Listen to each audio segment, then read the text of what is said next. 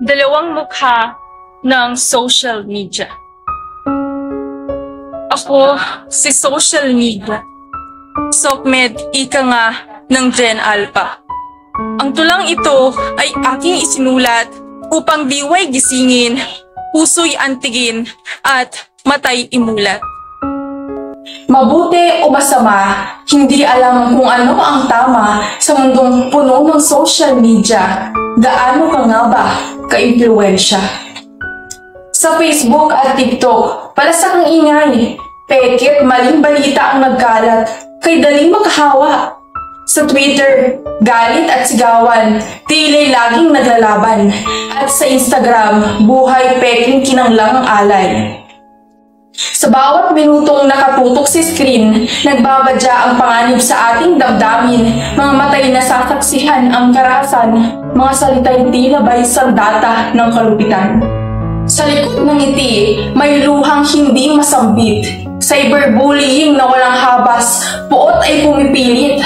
Pornografiya'y laganap, mga matay nag-aalab. Sa social media, kaluluwa'y naliligaw ng landas.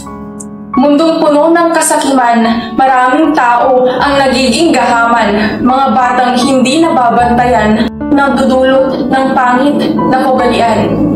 Sa bawat pag-post ng larawan ng mga taong nilamon na ng sistema ng social media, padamihan ng likes at comments ngayon ang basihan ng kagandahan at kasikatan ng mga kabataan. Ngunit sandali, huwag tayong magpadala sa social media, may liwanag na dakila. Kagaya na lamang ng mga isyong pumatok araw-araw sa ating kumakatok.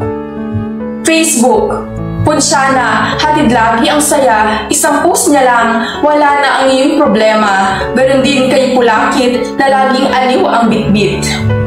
Ang parisan ni Diwata na sumikat dahil sa impluensya ng social media, pinipilahan at dinudumog ng mga tao dahil sa kanyang masarap na luto.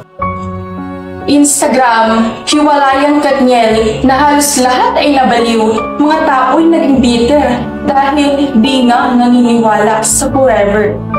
YouTube, Sir Gaytin na alam Mr. Bean kung magpikay aliw, mga salitang hatid ay inspirasyon na para sa mga madla at nagbibigay importansya sa kahalagahan ng bawat pamilya.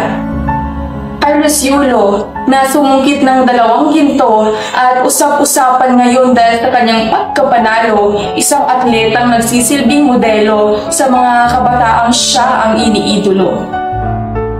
TikTok, saya't galak, sa araw-araw sumasayaw. Facebook, pamilya at kaibigan pinagbubuklod ng pagmamahal. Instagram, mga ala-alay sining ng bawat larawan. Twitter, boses ng masa sa katotohanan ay walang alinlangan. Edukasyon, impormasyon, inspirasyon, koneksyon at komunikasyon. Hatid ng social media, isang click mo lang, abot kamay mo na ang iyong pamilya. Ang pagbabago'y magmumula sa ating tamang paggamit ng social media.